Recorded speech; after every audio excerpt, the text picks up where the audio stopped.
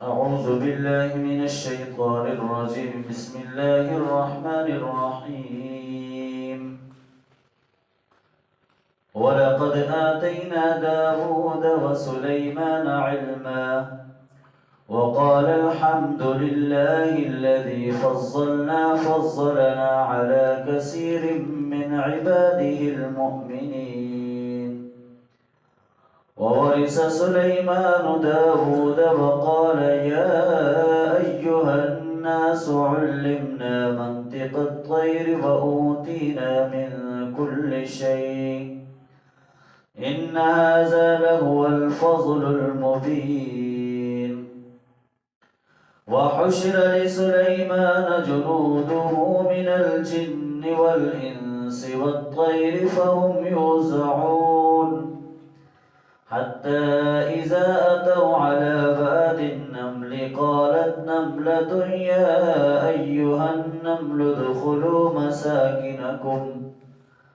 لا يحطمنكم سليمان وجنوده وهم لا يشعرون. فتبسم ضاحكا من قولها وقال رب أوزعني أن أشكر نعمتك التي أنعمت علي وعلى والدي وأن أعمل صالحا ترضاه وأدخلني برحمتك في عبادك الصالحين.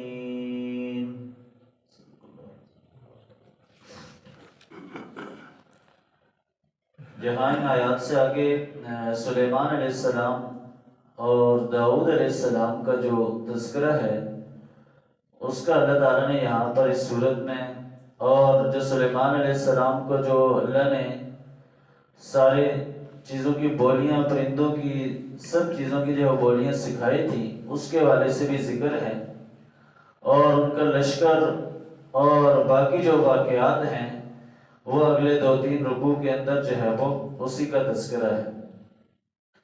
وَلَقَدْ آتَيْنَا دَاوُودَ وَسُلَيْمَانَ عِلْمًا، اور ہم نے عطا کیا داؤد علیہ السلام اور سلیمان علیہ السلام کو علم، کہ اللہ کی ذات کہہ رہی ہے کہ ہم نے ان کو علم عطا کیا۔ ظاہر جتنے بھی انبیاء کرام ہیں ان کو اللہ نبوت کا علم عطا کرتا ہے اور حقیقت کا علم جو ہے وہ ان کو دیا جاتا ہے، اس لیے کہ وہ حقیقت سے واقف ہو جاتے ہیں، اللہ کو پہچان لیتے ہیں اور اللہ کے جو وہ چنے ہوئے منتخب کردہ لوگوں میں شامل ہو جاتے ہیں۔ تو اس سے مراد علم حقیقی ہے کہ اللہ کی پہچان اور اللہ کو جو نبوت کا جو علم ہے جو اللہ کی طرف سے ہم کو جو ہے وہ دیا جاتا ہے۔ وقال الحمد للہ الذی، تو دونوں نے کہا کہ تمام تعریفیں اور شکر اس اللہ کے لیے ہے، الذی کہ جس نے فضلنا علی کثیر من عباده المؤمنین، کہ جس نے ہمیں فضیلت دی اپنے بہت سارے ایماندار بندوں کے اوپر، یعنی بہت سارے ایمان والے ہیں لیکن اللہ نے ہمیں یہ علم سے، نبوت سے نواز کر ہمیں یہ باقی اہل ایمان کے اوپر جو ہے وہ گویا فضیلت اور ایک الگ جو ہے وہ مقام عطا کیا ہے۔ لہٰذا یہ سب کچھ یہ اللہ کے فضل و کرم سے ہی ہوا ہے، یعنی یہ جتنا بھی ہمیں کچھ ملا ہے، ہمارے پاس کچھ بھی نہیں تھا، یہ اللہ نے اپنے فضل سے، اپنے کرم سے جو ہے وہ ہمیں عطا کیا ہے۔ وَوَرِثَ سُلَيْمَانُ دَاوُودَ، اور داؤد علیہ السلام کے جو وارث ہوئے وہ سلیمان علیہ السلام تھے، کیونکہ سلیمان علیہ السلام حضرت داؤد علیہ السلام کے بیٹے تھے، اور ان کے بعد جو ہے وہ نبوت اور یہ سارا سلسلہ جو ہے وہ ان کے سپرد ہوا، اور ظاہر انبیاء کی جو وراثت ہوتی ہے وہ علم ہوتا ہے اور اللہ کا پیغام آگے پہنچانا ہوتا ہے، تو یہی پیغام جیسے داؤد علیہ السلام کو ملا تھا تو اللہ نے ان کے بعد جو ہے وہ سلیمان علیہ السلام کو یہ اپنے اس پیغام کے لیے جو ہے وہ منتخب کیا۔ وقال یا ایھا الناس، اور کہا کہ اے لوگو، علمنا منطق الطیر، ہمیں سکھایا گیا ہے، پرندوں کی بولیاں ہمیں سکھائی گئی ہیں، وَأُوتِينَا مِن كُلِّ شَيْءٍ، اور ہمیں ہر چیز جو ہے وہ عطا کی گئی ہے، ان ھذا لہو الفضل المبین، اور بے شک یہ اللہ رب العالمین کی طرف سے واضح فضل ہے، صریح جو وہ فضل ہے جو کہ اللہ کی طرف سے ہمارے اوپر جو ہے وہ کیا گیا ہے کہ داؤد سلیمان علیہ السلام کو اللہ تعالیٰ نے یہ انسانوں اور جنوں کے علاوہ باقی پرندوں کی بولیاں بھی جو ہے وہ اللہ نے سکھائی تھیں، اور ساری چیزیں ان کے اوپر جو ہے وہ واضح کی، اور وہ ساری چیزیں ان کو سکھائی گئی۔ اس لیے کہا کہ ہمیں ہر چیز کا علم دیا گیا، اور ساتھ یہ بھی ذکر کیا کہ یہ سب کچھ اللہ کے فضل سے ہوا ہے، یعنی جو انبیاء ہمیشہ اللہ کے شکر گزار اور اس بات کا اعتراف کرتے تھے کہ ہمارے پاس جو کچھ بھی ہے وہ اللہ کے فضل و کرم سے ہی ہوا ہے۔ وَحُشِرَ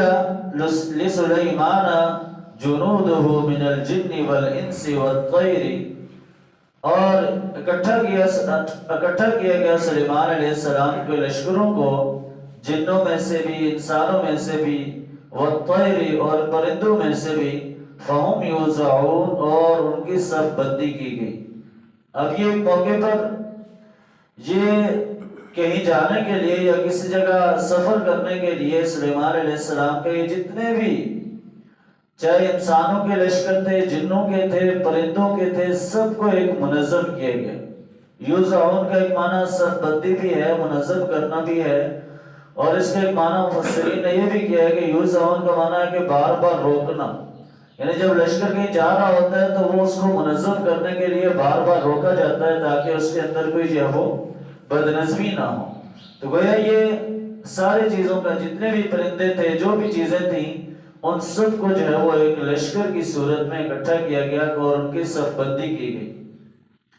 حتی اذا اتوا علی وادی النمل، یہاں تک کہ جب وہ چیونٹی کی وادی کے پاس آئے، قالت نملۃ یا ایھا النمل ادخلوا مساکنکم، تو ایک چونٹی نے کہا باقی چونٹیوں سے کہ اپنے بلوں میں داخل ہو جاؤ،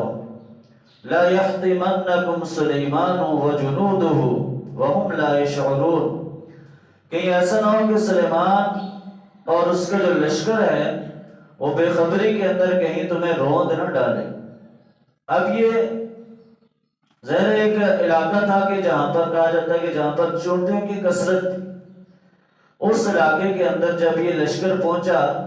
تو ایک جو چونٹی تھے اس نے باقی سب کو خبردار کیا کہ سلیمان علیہ السلام کا لشکر آ رہا ہے، اور ایک بڑا لشکر ہے، ایک عظیم الشان لشکر ہے، اس کے اندر سب کچھ شامل ہے، تو لہٰذا تم کرو یہ کہ تم اپنے بلوں کے اندر گھس جاؤ، کہیں ایسا نہ ہو۔ ظاہر ہے جب لشکر چل رہا ہوتا ہے تو چونٹی ظاہر ہے چھوٹی سی ہے، وہ گھوڑوں کے، انسانوں کے پاؤں کے نیچے جو ہے وہ آ جائیں گے اور جو ہے وہ اسی طرح جو ہے وہ مر سکتی ہیں، تو اس لیے اس نے کہا کہ اپنے بلوں کے اندر گھس جاؤ تاکہ کہیں ایسا نہ ہو کہ وہ بے خبری کے اندر کہ سلیمان علیہ السلام اور ان کا جو لشکر ہے،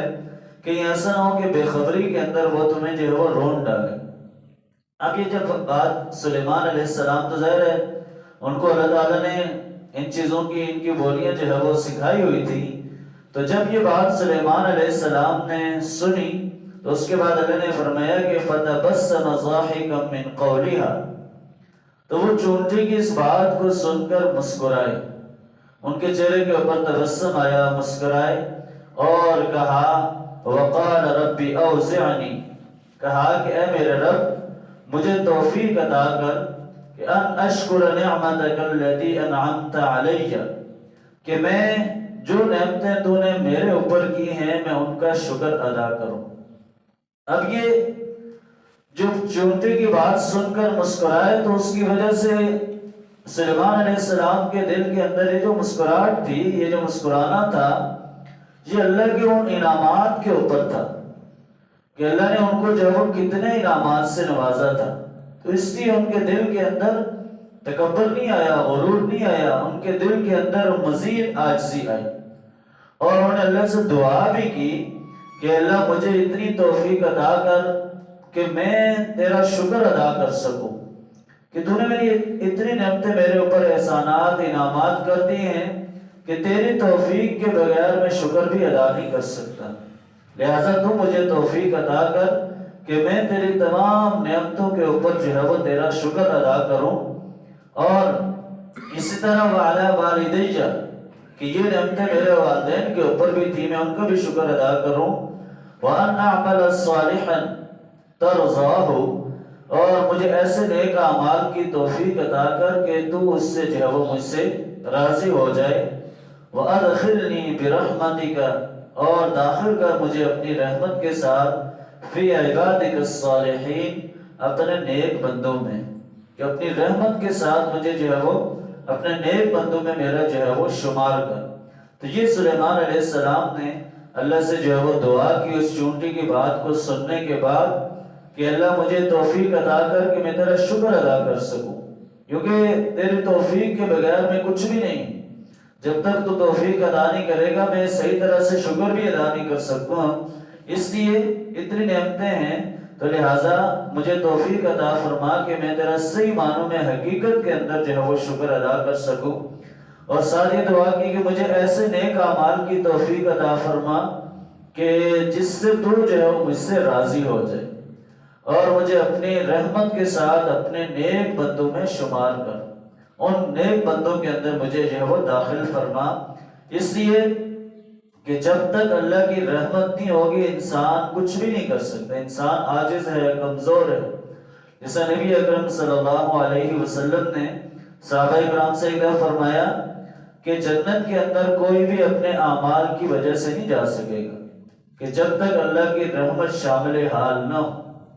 تو صحابہ نے نبی صلی اللہ علیہ وسلم سے پوچھا کہ اللہ کے نبی کیا آپ بھی؟ تو آپ صلی اللہ علیہ وسلم نے فرمایا کہ ہاں، مجھے بھی اس وقت اللہ کی رحمت ڈھانپ لے گی تب جو میں جنت میں جاؤں۔ تو گویا یہ سب کچھ انسان جتنے بھی اعمال کرتا ہے وہ ان کی اپنی جگہ اہمیت ہے، لیکن جب تک اللہ کی رحمت، اللہ کا فضل و کرم نہیں ہوگا اس وقت تک ہم جنت کے اندر جانا بھی ہمارے لیے ممکن نہیں ہے۔ کہ کوئی انسان یہ نہ سوچے کہ میں بہت نمازیں پڑھتا ہوں، میں بہت روزے رکھتا ہوں، میں بہت قرآن کی تلاوت کرتا ہوں تو میں جنت میں چلا جاؤں گا، تو یہ جب تک اللہ کا فضل و کرم نہیں ہوگا اس وقت تک انسان، اللہ کی جب رحمت آئے گی، اللہ کی رحمت اسے ڈھانپے گی تو وہ اللہ کی رحمت سے ہی جو ہے وہ جنت کے اندر جا سکتا ہے۔ تو یہ اللہ تعالیٰ نے ان آیات کے اندر جو ہمارے لیے پیغام رکھا ہے کہ سلیمان علیہ السلام کو اللہ نے عظیم الشان چیزیں سب کچھ عطا کیا تھا،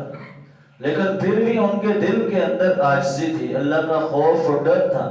وہ ہر چیز کے اوپر اللہ کا شکر ادا کر رہے تھے اور کسی بھی معاملے کے اندر غرور اور تکبر کے اندر نہیں آئے۔ تو یہ ہمارے لیے بھی پیغام ہے کہ آج ہمارے پاس تھوڑا کچھ آتا ہے تو ہم جو ہے وہ غرور اور تکبر کے اندر آ جاتے ہیں، ہم دنیا کی لالچ کے اندر جو ہے وہ اندھے ہو جاتے ہیں۔ ان کے پاس دنیا کی ہر چیز تھی لیکن پھر بھی اللہ کا خوف اور ڈر اور ہر وقت اللہ کے آگے جھکنا اور تمام نعمتوں کا شکر ادا کرنا، اللہ کی عبادت کرنا، یہ اللہ کے نیک بندوں کی خاصیات میں سے ہے۔ اس لیے ہمیں صحیح معنوں میں اللہ کے جو احکامات ہیں ان پر عمل کریں گے تو تب ہی جو ہے وہ کامیابی ممکن ہے۔ اللہ تعالی ہمیں عمل کی توفیق عطا فرمائے۔